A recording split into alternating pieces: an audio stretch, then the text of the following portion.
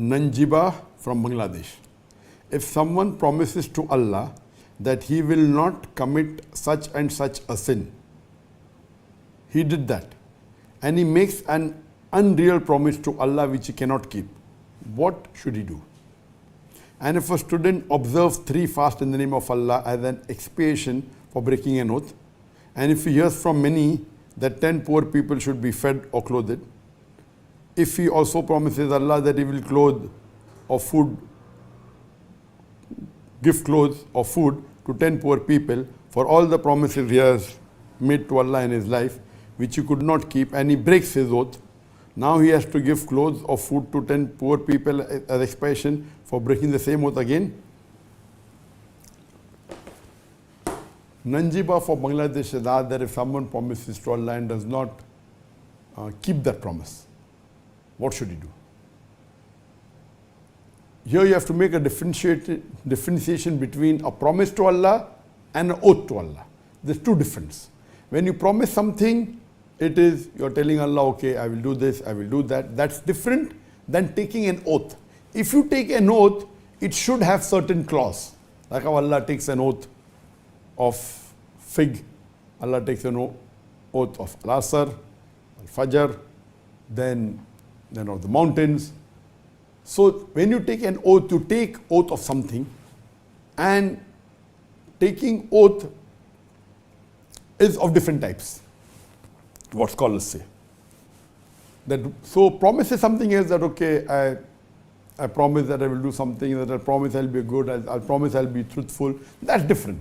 You're making a commitment to Allah, but taking an oath is different. An oath, normally the Prophet said, Sahabas always said, there are many Sahih Hadith said, that the Prophet discouraged us from taking oaths. Oath means, you said that if I pass the examination, I will go for Umrah. Or if I pass the examination, I'll give charity of $1,000 to the poor people. So this type of oath the Prophet discouraged. It says that taking oath does not change the qadr. It only makes a miser person give in charity. So when you're taking an oath, there are different types of oaths. Some oaths which are good to take, some oaths which are not good to take, some are mubah. The oaths that if you ask and you take an oath of Allah, that if so and so thing happens, I will do this sort of worship. It's not encouraged. It's not haram. Because you are putting a stipulation to Allah that okay, if I pass the examination, I will pray 2 rakat nafil, I'll go for Umrah. And if you do that act, if you pass the examination, it is as though you are forced to do it. You're not doing it out of your own free will. So that's one of the reasons. Second is that as though you're bartering with Allah. That if my sickness is cured, I will go for Umrah. If my sickness is cured, I will fast 10 days. Or whatever it is. So the Prophet said, the qadr is not changed. So what's going to happen, is going to happen. What's written in your destiny will happen. So if you take an oath with bartering something with Allah, it's not encouraged in Islam.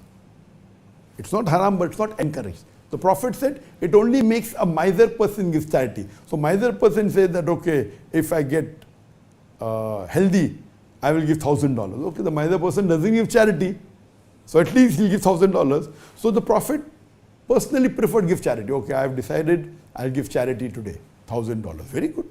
I decide I'll give charity 2,000. Very good. But if you say I will pass, then I'll give charity, it's not encouraged. So oath means you're bartering something. If this thing happens, I'll do this. So these types of oath, Allah says in the Quran, in Surah Maida, chapter number 5, verse number 89, that if the oath is unintentional, Allah will forgive it.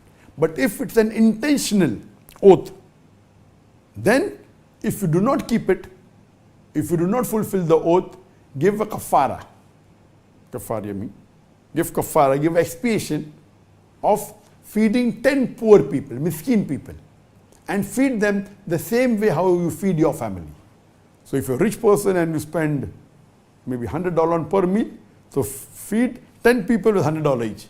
If you're a poor person who feeds maybe $1 per meal, so feed 10 people with $1. Or clothe 10 people, same how you clothe a family, or free a slave.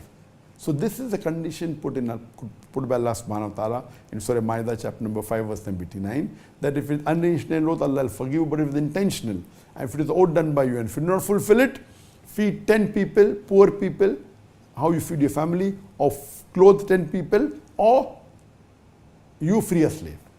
If you cannot do this, then you fast for 3 consecutive days.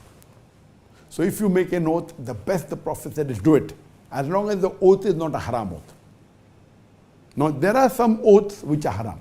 For example, you say that I will go to Dargah and put 10 candles on the Dargah. So this is wrong. Or if you say that I have taken an oath or done commitment. One is a commitment, one is a promise, there is a difference.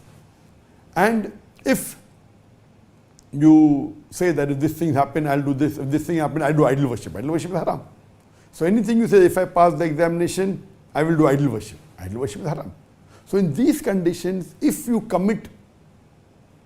take an oath of doing a sin, then the Prophet said, don't do the sin, give the kafara.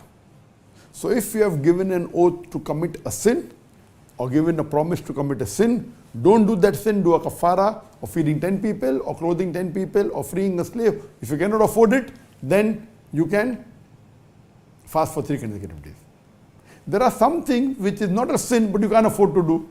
You say that if I pass the examination, I will give $10,000 charity. You don't even earn $1,000, I will give $10,000. Suppose you say that if I pass the examination, I'll go for Hajj, and you're sick. You can't, that hell doesn't permit you. So if you make an oath which you cannot fulfill, it's not a haram oath. Going to Hajj is good. Giving 10,000 charity is good. So then you give kafara.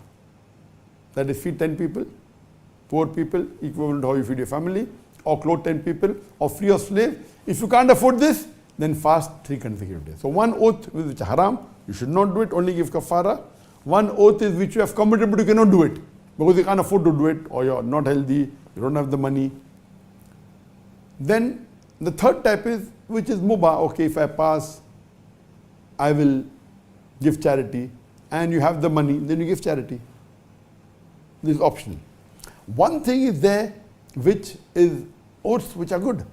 That you have said you'll do this without putting a condition to Allah subhanahu wa ta'ala. I have committed to Allah that this year I'll give charity of $10,000. And your business goes down. Oath is good. It's not against anything. It's not saying that only if this happened. You have given a commitment. You have given an oath to Allah that this thing I will do this year. And your business goes down. So you had the intention. So if you're given the oath and your business goes down, you cannot give $10,000. Okay, feed 10 people. Can't feed 10 people, clothe 10 people, or free a slave. Cannot do this, fast 3 consecutive days. So one is something which is haram, you should not do it, give kafara. One is you have said something, you don't have the capacity. One is you had the capacity, but then the business didn't go well. So at that time, the best is to fulfill the oath. Whatever oath you have given to Allah, unless it's a sin, unless it's haram, best is to fulfill. You cannot say, if you have the money, your business is done very well, you promised $10,000, why give $10,000? Feeding 10 people will only cost me $100, cost me only $200, why give $10,000? So this is wrong. The Prophet said, if your business is done well, if you have given oath, fulfill the oath first. If you cannot, then the kafara is there. Or if it's a oath which is committing a sin. So you have to differentiate between this. So based on all this, the answer is very clear cut, that if you promise something, if it's not a sin, you have to do it. And then again, the questioner has asked that he has made many promises, he hasn't fulfilled. For each promise he hasn't fulfilled, he has to either feed 10 people, or he has to, each oath that he has taken, if he doesn't fulfill, either feed 10 people, or clothe 10 people, or free a slave, or 3 consecutive days. So then if he says, okay, I will feed 10 people, or clothe 10 people, or fast 3 consecutive, and he doesn't do this also. So if he has not done 10 oaths he hasn't kept, and this 11th one, so he has to give 11 times to 10 people. You can't say only once is sufficient, no. If he cannot afford it, at least he should fast for each oath 3 days. So if 10 oaths he has taken and he has not fulfilled it, then he has to fast 10 into 3, 30, 3 consecutive days. If you want to take a gap, again 3 consecutive days. And the last one which he did not fulfill, again he has to fast another 3 days for that. So for every oath that or commitment you have given to Allah subhanahu wa ta'ala, there's a difference. You should understand that I will not do a sin. You're telling Allah, that's different than giving an oath and a commitment. So both are different. So if you have given an oath and a commitment, then you have to fulfill. Can't fulfill, then is a kafara. Hope that answers the question.